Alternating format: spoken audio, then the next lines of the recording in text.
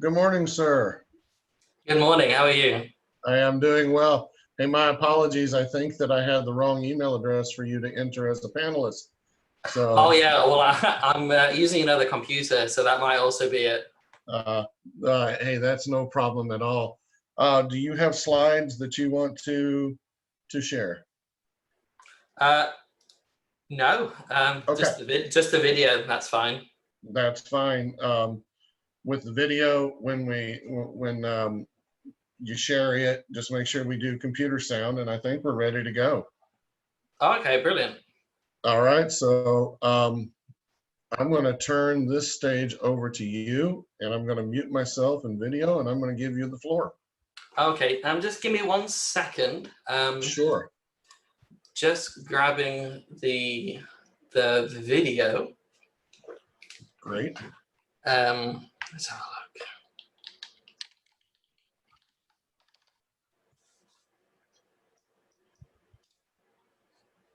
Had you sent that to me? I did pop it in the Google Drive, but I Okay. should have it here as well. Let me Just double check. my apologies then. Web. Filmka found that web. That's the one. Yeah.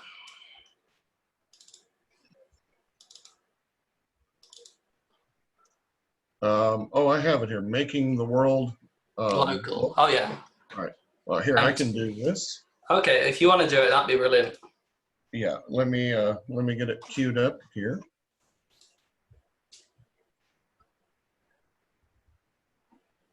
Give it just a second or two.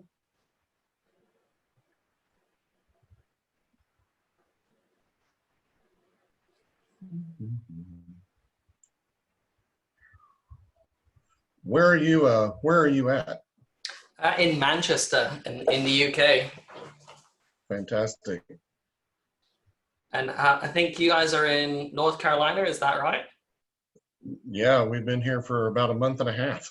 Oh, we actually moved here from the Midwest, and it's been fantastic. But we came here because we have our daughter has a rare disorder, and Duke Health is here. oh, okay.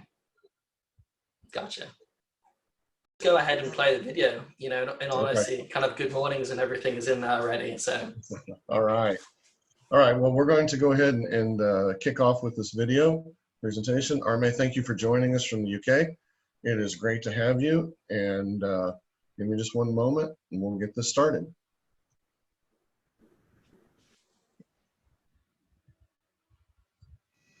A good morning, a good afternoon, and a good evening, wherever you are joining me today. It's great to have you tuning in, and a thank you to MyCC Med for this opportunity. My name is Arme Hendricks. I'm from FIMCA Medical Limited, and FIMCA is a specialist rare disease medical education company with the audacious goal to change the care of rare disease patients, particularly in poorly resourced countries. Now, let me go through the important but boring exposure. There it is. Okay. So, global networking is not reserved only for big organizations, but much rather it is reserved for those who are willing to say no one will be left behind. And so I think for a while small companies have thought that because of finances or simply that their focus has just been local, and that this idea of having a global network isn't for them. But I hope that your thoughts on that will change by the end of this presentation, and that you'll begin to talk, and that is the main thing. And with technology, this networking on a global scale has become so much easier to collaborate and share knowledge. And I feel that if our goal is to help patients, period, then borders need to begin to disappear and be a thing of the past so that no one will be left behind. So Finca has always stood to create global networks. This map is taken from our website, and you can see that in the blue, Finca's reach is across the globe. And at the last count, we had trained 150 doctors as a result of Finca's educational events, and again, 227 patients diagnosed. And we're not stopping there. So how did Finca get to this point? So Finca's network journey, as I like to call it, and it began with looking at our company. It began with looking at who is in our company, who do we know, and who do the people we know that they know. You know, it's a great kickstart to have a network at your doorstep. And for Finca, we had the privilege of using our current CEO, Chris Hendricks's vast network that he had acquired over many years in the rare disease field. And so for us, that was a really big help. Now, second to that, we use patient organizations, and we would ask them to join us, and in turn we would gain a network. Patient organizations are a great resource, and they're invaluable to everybody, and they're invaluable to us, and they should be invaluable to you if you're looking to start a global network and connect with others who share passion for helping patients. Now, there were a lot of times when we would be pursuing conversations, when we would be the ones chasing after people, when we would look at who we needed to talk to, and we would, wait for them, have that patience to say we need to talk to this person. So we'll wait for them, and we were selective. We knew who we needed to talk to, and we talked to them. And now, following on from this, there was a great word of mouth about Finca, and I believe the reason for that is simply because people knew what we had accomplished. People knew what we were doing. And if people don't know what you're doing, they can't talk about you. And so it's really important, and it has been important for Finca, to make sure that people know what we're getting up to. And we made sure that our presence was felt at events as well, because that is where people begin to talk. And now, one that I'm sure you're all familiar with is passion. Many of you joining will know the difference between a good clinician and a great one. And the difference is passion. And the difference between a good patient organization and a great one is passion. And Finca is always passionate about making a difference to the lives of patients through educating clinicians. And that passion is what drives us to make networks that work to benefit clinicians and ultimately patients. Passion is what makes you stay that 1 hour longer when everybody else is left. Passion is what makes you stay behind for that one person, whether it's to ask them a question or maybe you know that you can help that person. And so it is passion that helps build a solid network of people that are like-minded to yourselves. Now, COVID-19 let's have some comic book alternative universe action. And let's think about, what would Fimke have done, in this awful pandemic? What would we have changed? Just learning from what we now know. Hindsight is 2020 after all. And from that, I think it's safe to say that there would have been a slow progression. And, far from people not knowing what their calendars are doing, and, far from organizations not knowing what their funding is looking like, there just would have been less time to build relationships with our events out of the window. We would travel to countries and we would hold our educational events.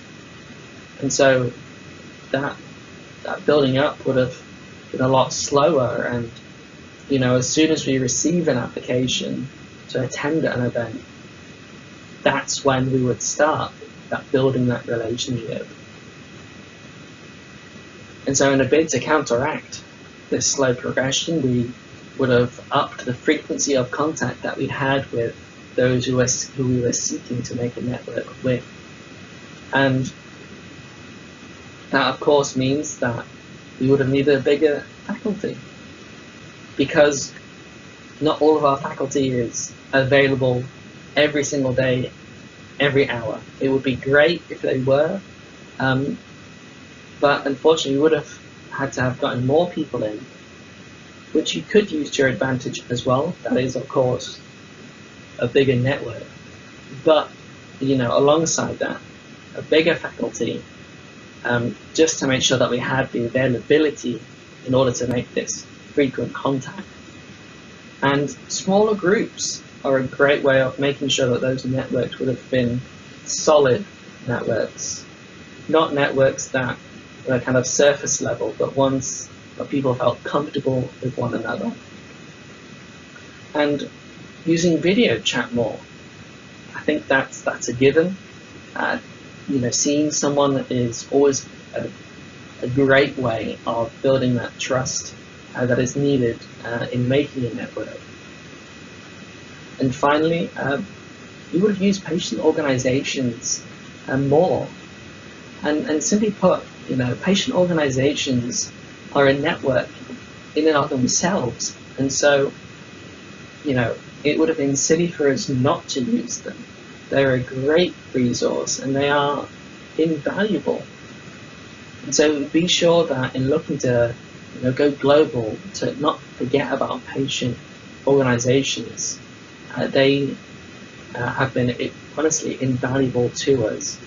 And we can't stress enough that they help speed up the relationship building process.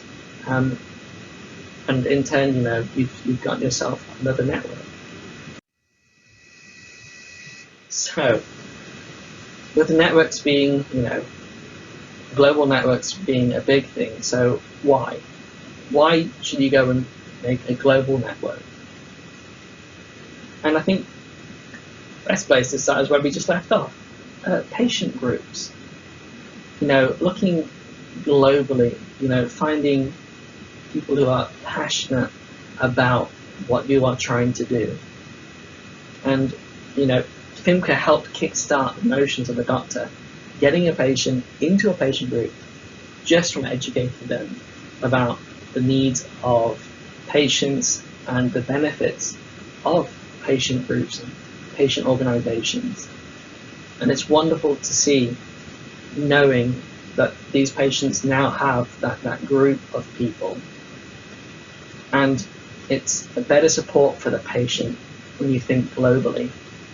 You may not have that patient group locally, but it's there globally. So definitely look outside of your local network.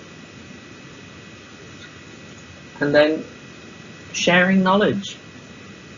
Collaboration has been a big word recently, and a very important one, because global networks really do help in sharing knowledge that you may not have known before.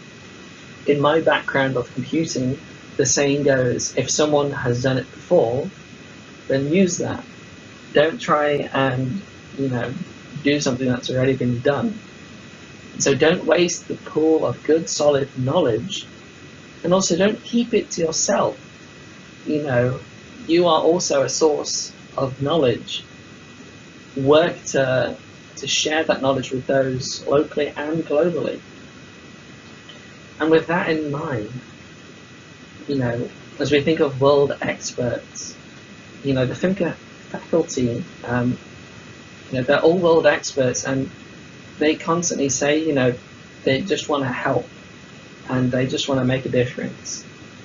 And so I think for world experts listening, it's be ready, be accessible, be available. And for us, reach out to world experts, make that network. That's one of the best networks that you can have. And then identifying gaps. FIMCA had a great experience with an African task force that I'll share with you later, but identifying gaps is so crucial.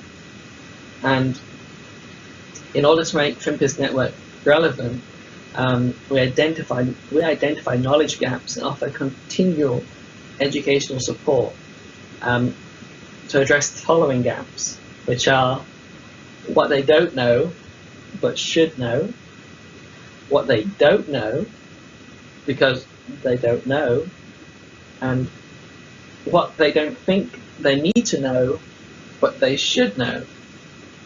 And then finally, you're still following me, what nobody knows until we all find out what we don't know. And I think those are just a great sentence to try and get your head around. And so a few examples of how FIMCA has been helping to create its global network. And so we recently sought to identify gaps in rare disorders in Africa by connecting like-minded clinicians, patient groups, and policymakers from 16 countries to firstly identify common problems faced in establishing rare disease programs in resource-limited countries across the African continent. And this initiative was run on the Within3 digital platform, and that was to gauge maximum engagement and minimal loss of time. And it was a great time spent. And so, we moderated that, but there were so many passionate people on that task force that actually it was quite easy for us because passionate people network well and communicate well. And FIMCA, with its goal of education, we use grand rounds, and we make sure that we can get everybody there. We encourage questions and discussions. We make sure that with different time zones, we make very sure that it's not a ridiculous time if we can manage it. And then finally, we have giving patients a voice. There's nothing as powerful as a patient. And especially when patients can be talking to other patients, that's a network for them, again, to be forming, especially with the use of social media.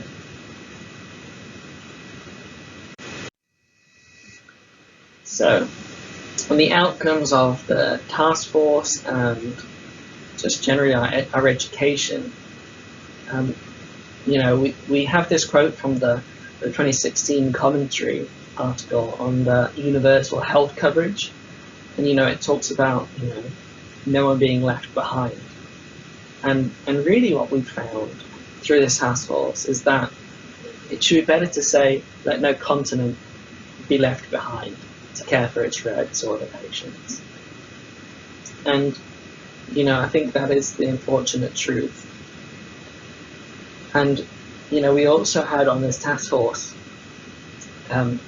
another advisor and a contributor, and they said that they had the opportunity to learn more about the challenges in the management of people with rare diseases in other African countries, contributions from other advisors about how to improve the rare disease situation in Africa, like valuable. And that's exactly what we've just been talking about. When people start to communicate, identify the gaps, that's life-changing for patients. And now we just have a short video from one of our doctors in Sudan. Hello, my name is Asmahan Abdullah. I am a pediatric endocrinologist practicing in Khartoum, Sudan since 2015.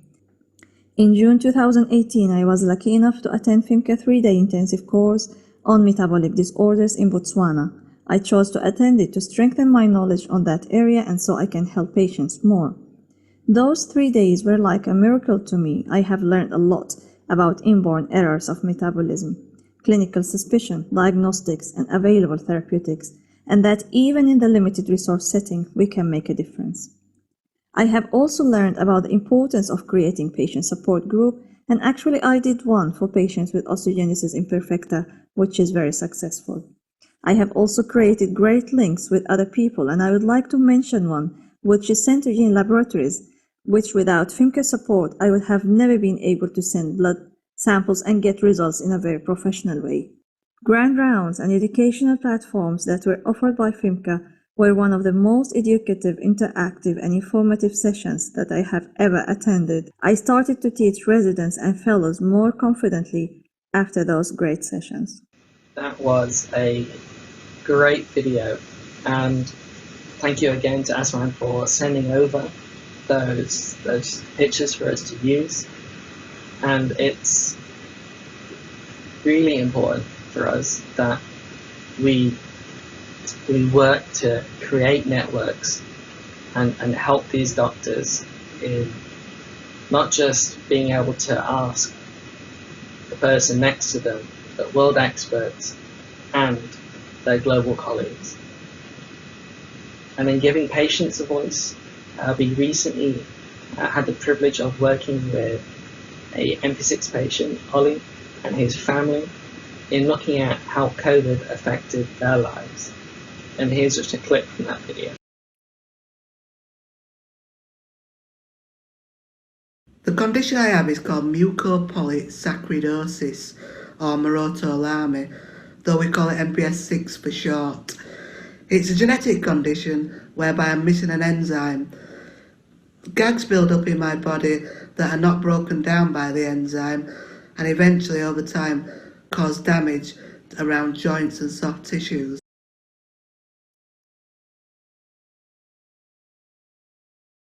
Great stuff.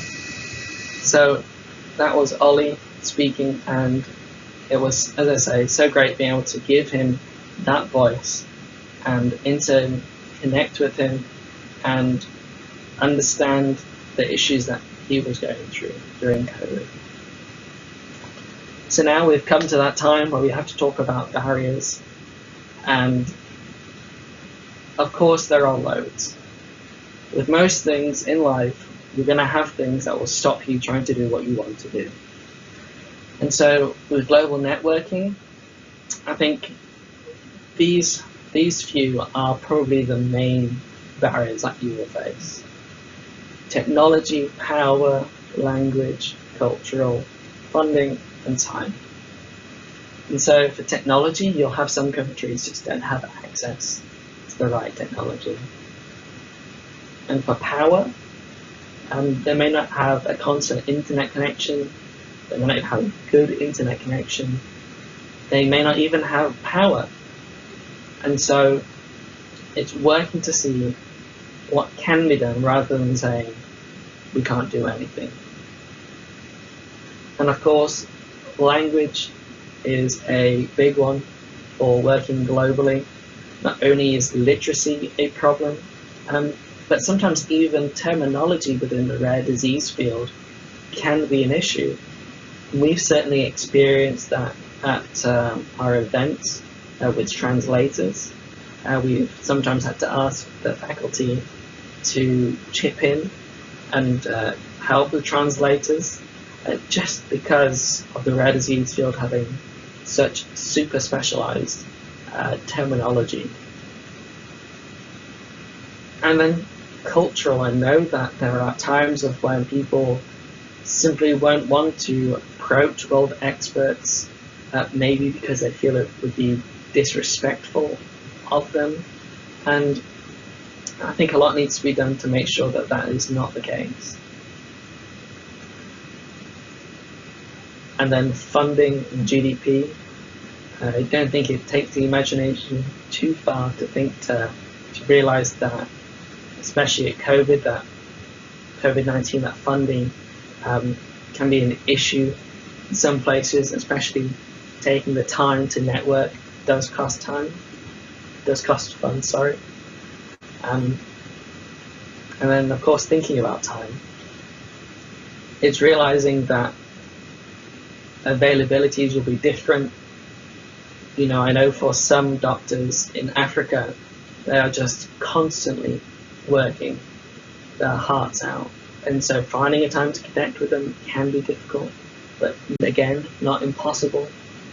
And also time zones. Working with people in Panama, for instance, being 8 hours behind, does have its challenges.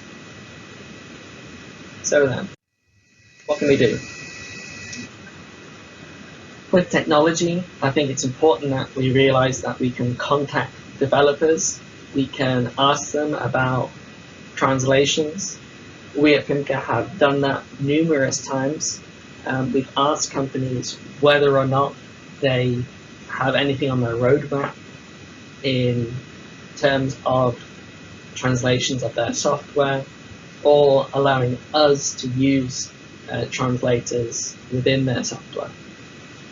And I think we need to make sure that the technology that we do choose is accessible to everybody. And linking with that, you know, it might be using not the latest and greatest video chat, but using one that is low bandwidth, so that countries which do not have a stable internet connection or a big bandwidth can use those. And thinking with power, we made sure that we had books available at our events, which is a great resource. We mustn't forget physical books. And then also, just downloadable media is a great way to help countries who may not have consistent internet access. And then language. Again, I mentioned translators, but an exciting area is artificial intelligence. There is great progress in translations which are just kind of common language, but my hope is that in the future rare diseases won't be left out, and that artificial intelligence can actually help in that language barrier. And I think for cultural, making sure that if you're a board expert, make yourself available, set time to be approachable and available constantly. You know, have that time set apart. Be sure that when talking about funding and GDP to look at grants. Grants are a great way, especially joint funding. That helps to create a network in and of itself as you join with somebody else. And that, of course, widens your network reach. And of course, be flexible with time. Can't say it enough. You know, you all run into time zone issues, but you just have to be flexible about it. So PIMCA, you know, we've been busy. We've released some books that you can find on our website. We've been looking at publications. We're a member of the Guidelines International Network, and we were at World LVN in 2019 and 2020. And so we're making sure that people know what we're doing. So, building global. what can you begin to do, and how should you go about it? So a global network starts local and grows until it becomes global. Don't necessarily think that you have to start global and have that mindset. You know, think that we started looking at what we had right around us so that we would be effective when we went global. And I think being purposeful and selective about the events that you attend is very important, because you can't attend all of them. And saying yes to opportunities, that's just a great business thing to do. But as you say yes to opportunities, you will widen your network by stepping out of your comfort zones. Number 2, communication. Patient groups like the International Gaucher Alliance or Ghana Rare Disease Initiative. Any of these patient groups are great ways of networking, great ways of meeting people that have a similar passion as you do, and really can serve to your benefit and to each other's benefit. And looking at international campaigns, Rare Disease Day in February is a great way of, coming in support of rare diseases and expanding a network of people again who are like-minded. And politicians are they are local and national decision makers, and they'll bring kudos to your network, and they bring reach as well. And so don't avoid them. I know that can be too easy to do, but make sure you get in touch with them. And social media is a great way of having a global voice. And this is a great example for Rare Fair, supported by My City Mayor. This is a great example of using media effectively. Thirdly, passion. Nothing is more powerful than having a passion. That will help break down barriers, because you don't see them as barriers stopping you, but just ones for you to overcome. And so make sure that you have your passion dial turned up to level 10.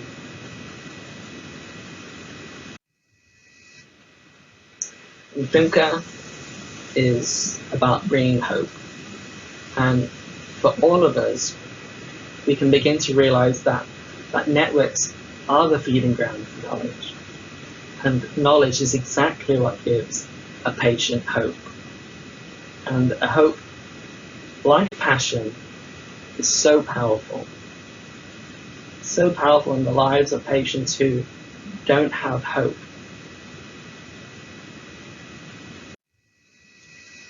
So I hope that this presentation has opened your eyes and helped you to see that global networking really is for everybody, and that there are many benefits to pursuing it.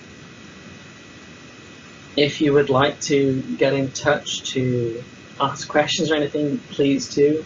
Get in touch on social media, or on Facebook, Twitter, and LinkedIn. And do check out our website.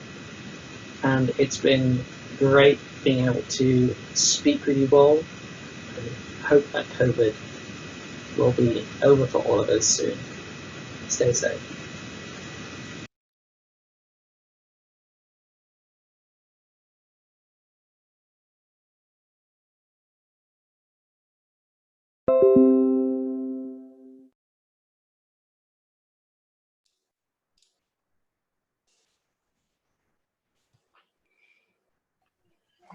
Hey, Arman, that was awesome. Thank you so much Thank you. for doing that with it.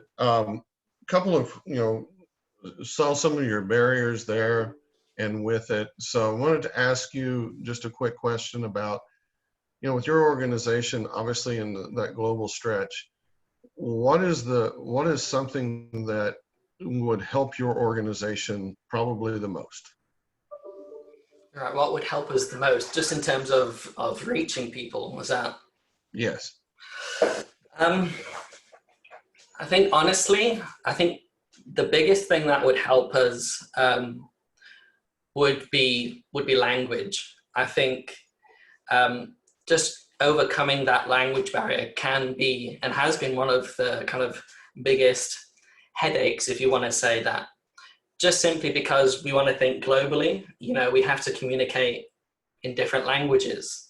You know, English is great, but not everybody speaks English. So I think really looking at technologies or just ways of which can make that easier, I think would be the biggest kind of benefit to us, just because it would take out that need to find a translator, and as mentioned, sometimes a specialized translator, especially when thinking about the events that we do. And that's why my hope is that, you know, in the future, artificial intelligence will come in and kind of help us with that, and maybe even decrease the cost needed for a translator, which can be very expensive.